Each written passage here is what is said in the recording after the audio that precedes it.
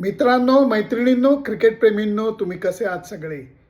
विश्वविजेतेपदानंतरची दुसऱ्या दिवशीची सकाळ फार मजेदार असते, समाधान देणारी असते. कालचे सगळे जे प्रसंग मैदानावरती घडताना आपण पाहिले ते डोक्यामध्ये अक्षरशः रिवाइंड अँड प्ले होतात.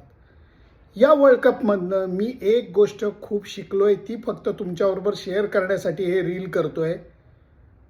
स्वप्नांचा पाठलाग करणं गरजेचं आहे.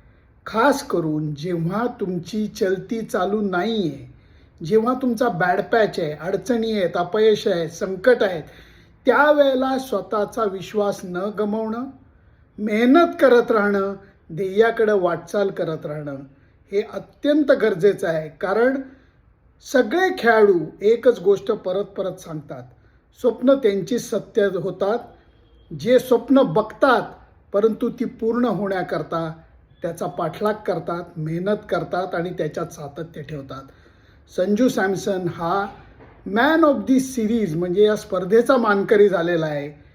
त्याची अवस्था काय होती वर्ल्ड कप चालू असताना आपल्याला सगळ्यांना माहिती आहे.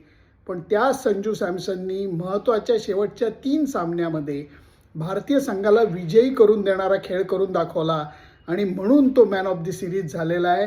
संजू सॅमसनकडनं आपण हे शिकणं खूप गरजेचं आहे. असं नाही का वाटत तुम्हाला?